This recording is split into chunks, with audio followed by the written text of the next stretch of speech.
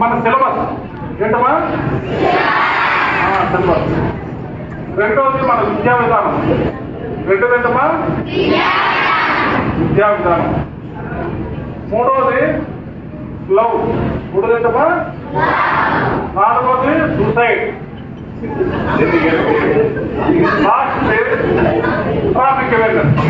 ముందు మన విద్యా విధానం గురించి మాట్లాడుకుందాం. పిల్లలు మాట్లాడదా? మాట్లాడుతున్నారు. ఏం మాట్లాడారు? ఉదయం ఏం మాట్లాడారు? నిన్నేం మాట్లాడారు? మొన్న ఏం మాట్లాడారు? ఎవరికైనా గుర్తుందా? మరి గుర్తులేని దాని గురించి ఎందుకు మాట్లాడుతున్నారు? అర్థమైందా? మన విద్యా విధానం ఏంటంటే నాన్ డిటెన్షన్ విద్యా విధానము. అంటే కదా పిల్లవాడిని ఎక్కడా నిలుపుదల చేయకూడదు. చూడమ్మా, అంటే పిల్లవాడిని ఒకటంతో పాస్ కాకపోయినా 2 తరగతి పంపించాలి. అలా 9th క్లాస్ వరకు పిల్లవాడిని ఎక్కడా నిలుపుదల పిల్లవాడిని ఎక్కడ కూడా రిటైన్ చేయకూడదు. పరిచిపోయింది, వీడు స్కూల్ ఉండిపోయాడు అనేసి ఉండకూడదు. ఎందుకంటే ఆ విద్యా విధానం పెట్టారు. ఒకవేళ పరిచిపోయి ఇంటి పిల్లలు ఎక్కడ వాయిస్ ఎక్కడ వస్తుంది? ఎక్కడైనా ఉండిపోయినట్లయితే వాళ్ళమ్మ మగపిల్లలైతే పశువుల కాపలిగా, ఆడపిల్లలైతే గిన్నెలు కావడానికి, కథం చుట్టడానికి, కళ్ళ తీయడానికి వచ్చేస్తారని భయంతో గవర్నమెంట్ వాళ్ళు ఏం చేశారంటే భారతదేశం మొత్తం మీద ఎక్కడ కూడా పిల్లవాడిని పరిచిపోయిందని నెపంతో ఇంటి జరగకూడదు అని ఉండే విధానమే నాన్ డిటెన్షన్ విద్యా విధానం.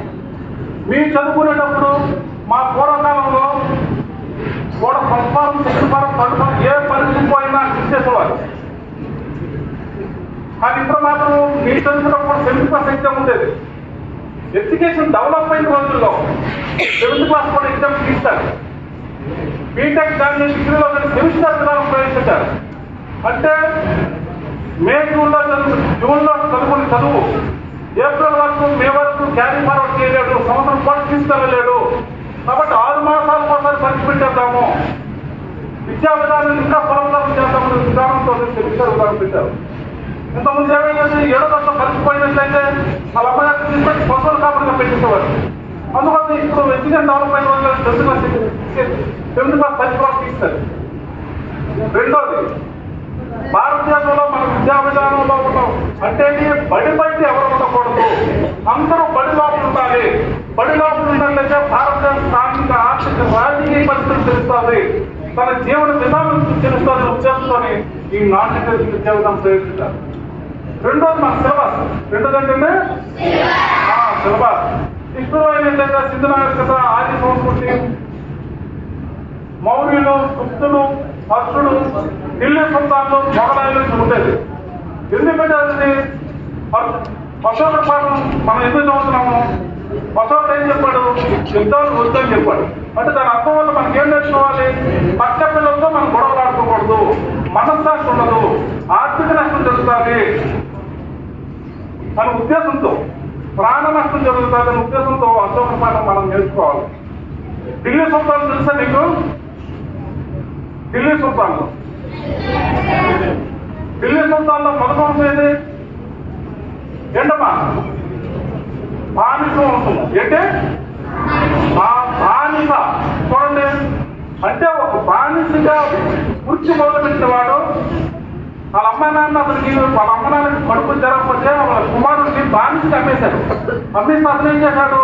ఒక పశువులకి, గుర్రాలకు కట్టేసి కావులతో నీరు మోసి ఒక సిపాయిగా జాయిన్ అయ్యి సర్వ సైన్యాధ్యక్షుడయ్యి ఈ భారతదేశానికి రాజు అయ్యాడు. ఆ విషయాన్ని నీకు తెలియడం గురించి ఒక బానిసగా వచ్చిన వ్యక్తి భారతదేశానికి చక్రవర్తి అయ్యాడు. ఆ విషయాన్ని తెలిస్తే ఎంతటి వాడిని అవ్వగలిగిన విషయం తెలియడం గురించి ఆ పాఠాన్ని అక్కడ ప్రవేశపెట్టారు. అక్బర్ పాఠం వల్ల మనకి ఏం చేసుకోవాలి? అక్బర్ సంవత్సరం వచ్చినప్పుడు నాకు వయసు ఎంత? వేరే 13 సంవత్సరాలు. 13 సంవత్సరాలు అయినప్పటికీ నేను రాజుని కాగలను, ఈ భారతదేశ చక్రవర్తి కాగలన్న మైండ్ సెట్ నీకు రావడానికి టీచర్స్ కూడా ఈ వాక్యం ఎందుకు ఇచ్చారు? ఈ పాఠం ద్వారా ఈ విద్యార్థికి ఏ విలువలు రావాలి, ఏ అండర్స్టాండింగ్ రావాలి, ఏ అవగాహన రావాలి, ఏ విశ్లేషణ రావాలి ఉద్దేశంతో పాఠం చెప్పాలి.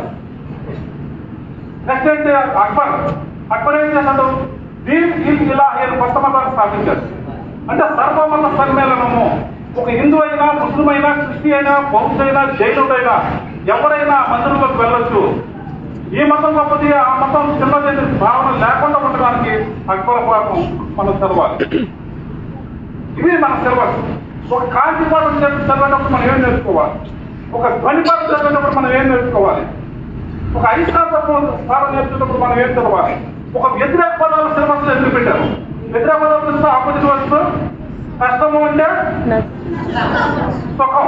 అంటే ఈ రోజు నువ్వు పాఠం కష్టపడ చదవకపోయినట్లయితే జీవితంలో సుఖపడలేమనే భావన నీకు రావడానికి. ఈ రోజు లాభసాటిగా పనులు చేయకపోతే నువ్వు నష్టపోతావనే విషయం నీకు తెలియడానికి. ఒక వ్యతిరేక పదాలు ఎందుకు, ఒక నానార్థం ఎందుకు, ఒక తాత్పర్యం ఎందుకు, ఒక పద్య భాగం ఎందుకు, ఒక గద్య భాగం ఎందుకు? పద్య భాగం ఎందుకంటే పోయిటరీ ఎందుకు? పోయిటరీ ద్వారా నీకు మైండ్ లో రిటెన్షన్ ఏదైతే చదువుతున్నామో అది చిరకాలంగా జ్ఞాపకం ఉండడం గురించి. అది పోయిటరీ తన ఉద్దేశం. ఎప్పుడో మనం చిన్నప్పుడు చదువుకుంటాం, ఉప్పు కప్పు రంగు ఒక్క పోలిక ఉందని. ఎన్ని సంవత్సరాల తర్వాత జ్ఞాపకం వస్తుంది? పోయిటరీ వల్ల అది మీ మైండ్ సెట్ మాట్లాడాలి. అంతే తప్ప ఏదో పద్యభాగం చదవమన్నారు, ఏదో గద్యభాగం చదవమన్నారు, ఆపోజిట్ స్పోర్ట్స్ చదవమన్నారు, నానార్థం చదవమన్నారు అనేసి ఏదో చదివేస్తున్న వదిలేస్తున్నాం కాదు. మన జీవన విధానాన్ని మెరుగుపరచుకోవడానికి, ఇతరులతో ఏ విధంగా మెలగాలి అని తెలుసుకోవడం గురించి.